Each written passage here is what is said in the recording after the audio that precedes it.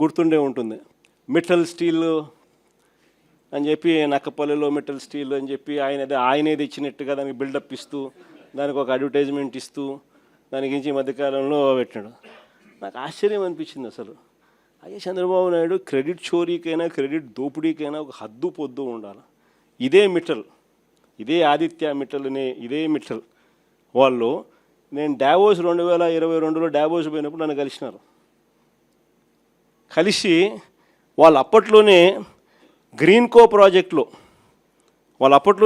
ప్రాజెక్టులో దాదాపుగా 4,800 కోట్ల రూపాయలు కర్నూలులో కడతా ఉన్న పంప్ స్టోరేజ్ ప్రాజెక్టులో భాగం తీసుకొని గ్రీన్కోలో 4,800 కోట్ల రూపాయలు పెట్టుబడులు పెట్టడానికి ఆ రోజుట్లో డావోస్లో అప్పుడే నా సమక్షంలోనే అవగాహన కుదురుంది.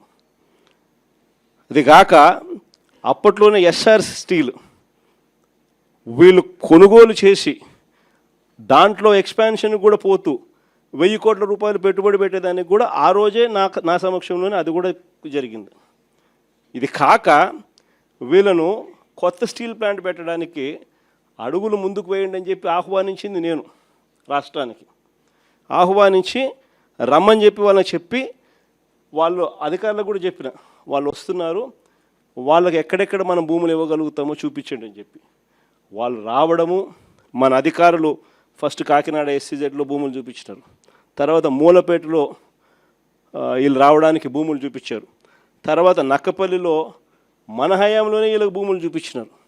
చూపించిన తర్వాత నక్కపల్లిలో వీళ్ళు ఎన్నికలకు మునిపే రావడము, నక్కపల్లిలో భూములు కూడా చూసుకోవడము, భూములు వాళ్ళకు నచ్చడము, అక్కడ ఆల్రెడీ అప్పటికే APIC భూములు మన దగ్గర ఉన్నాయి.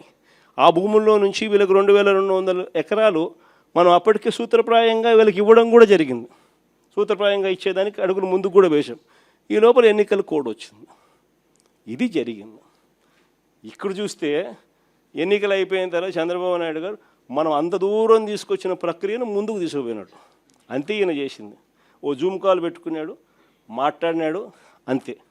ఇప్పుడు చూస్తే పేపర్ చూస్తే ఏమనిపిస్తుంది, అసలు మిట్టల్ అనేవాడు చంద్రబాబు నాయుడు సుందర ముఖార విందాన్ని చూసి వచ్చినట్టుగా బిల్డప్. ఆ గూగుల్ కూడా అంతే, అప్పుడు కూడా అంతే. అదాన్ని తీసుకొచ్చింది మనం, గూగుల్ను తీసుకొచ్చింది మనం. ఏదన్నా చూసుకో, crash courts, carroms, chess room, toilets, admin office, అదేవిధంగా 500-600 మంది కూర్చునే విధంగా ఒక అడ్మిన్ ఆఫీస్, గ్యాలరీ, ఇలా అనేక రకమైనటువంటి వాటితోటి ఈ రోజు రాబోతా ఉంది. దీంతో పాటు ఇంకొక అప్డేట్ ఏంటంటే, ఎందుకంటే ఈ 170 కోట్లు వచ్చేటప్పటికి టైం పడుతుంది కాబట్టి క్రికెట్ ప్రాంతాన్ని ఏ విధంగా డెవలప్ చేయాలని ఆంధ్ర క్రికెట్ అసోసియేషన్ వారితో మాట్లాడాం. సానా సతీష్ గారు, అదేవిధంగా కేసినేని చిన్ని గారు, వారు కూడా వచ్చి చూశారు. చూసి క్రికెట్ స్టేడియం వరకు వారు డెవలప్ చేస్తానని మాట ఇచ్చారు.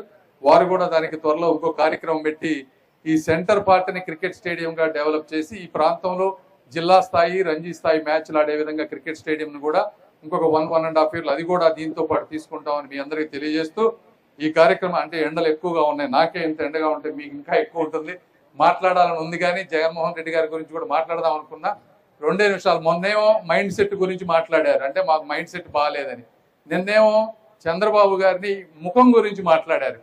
జగన్మోహన్ రెడ్డి గారికి ఇదే చెప్తా ఉన్నా, మీకు ఉంటే రాష్ట్రం మీద అభిప్రాయం ఏదన్నా ఉంటే రాజకీయాలు మాట్లాడండి, సబ్జెక్ట్ మాట్లాడండి, అంతేగతం వ్యక్తిగతంగా ఏది పడితే అది మాట్లాడితే మేము కూడా మాట్లాడొచ్చు. ఫిజికల్గా బాడీ షేమింగ్ కానీ ఇవన్నీ కూడా ఆ చంద్రబాబు గారి మొహమే తెలుగు జాతి ఈరోజు ప్రపంచంలో తలెత్తుకునే విధంగా చేసింది జగన్మోహన్ రెడ్డి గారు. మైండ్ సెట్ గురించి మీరు మాట్లాడతారు, ఎవరిది మైండ్ సెట్ ప్రాబ్లం అని నేను ముందే చెప్పా. ప్రజావేదికను కూల్చిన మైండ్ సెట్టా, లేకపోతే పాస్ పుస్తకాలపై బొమ్మేసుకున్నది మైండ్ సెట్టా? ఎవరిది మైండ్ సెట్? మాస్కులు అడిగిన పాపానికి ఒక వ్యక్తిని సైకోగా చిత్రీకరించి చంపింది మైండ్ సెట్, ఎవరిది మైండ్ సెట్ అని అడుగుతాను. ఇట్లా 100 మాట్లాడగలం. కాబట్టి మీరు సబ్జెక్ట్ మాట్లాడండి, రాజకీయంగా వ్యతిరేకించండి, కానీ మా నాయకుల్ని కించపరిస్తే మేము కూడా నిన్ను బాడీ షేమింగ్ చేయాలంటే ఒకే ఒక్క మాటతో నిన్ను చంపేయగలను, కానీ నాకు సంస్కారం అడ్డుంది కాబట్టి నేను నిన్ను మాట్లాడనని చెప్పి తెలియజేసుకుంటూ ఈ కార్యక్రమానికి వచ్చేసిన మీ అందరినీ కూడా మనస్ఫూర్తిగా ధన్యవాదాలు తెలుపుకుంటూ ఈ కార్యక్రమం అద్భుతంగా జరగాలని కోరుకుంటూ ఈ కార్యక్రమానికి సహకరించిన ప్రతి ఒక్కరికి కూడా ధన్యవాదాలు తెలుపుకుంటూ సెలవు తీసుకుంటా ఉన్నాను. Thank you. ఆల్రెడీ 2 సంవత్సరాలు కూటమి ప్రభుత్వం అయిపోయింది. చంద్రబాబు నాయుడు గురించి భయపడాల్సిన పని లేదని జగన్మోహన్ రెడ్డి ప్రత్యేకంగా వ్యాఖ్యలు చేశారు. గతంలో కూడా అనేక వ్యాఖ్యలు చేశాడు 2 రోజులు. భయపడమని ఎవరన్నారు? ఎవరైనా సరే రాజకీయాల్లో ఒకళ్ళని దూషించుకోవటాలు భయపడాల్సిన అవసరం ఏముంది?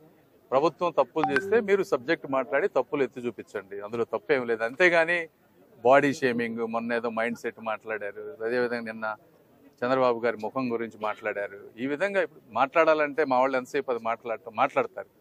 నేను పాదయాత్రకు వస్తాను, వీళ్ళందరూ సంగతి అంతా చూస్తాను, మీరు రెడీగా ఉండండి అని కార్యకర్తలకు చూపిస్తాను.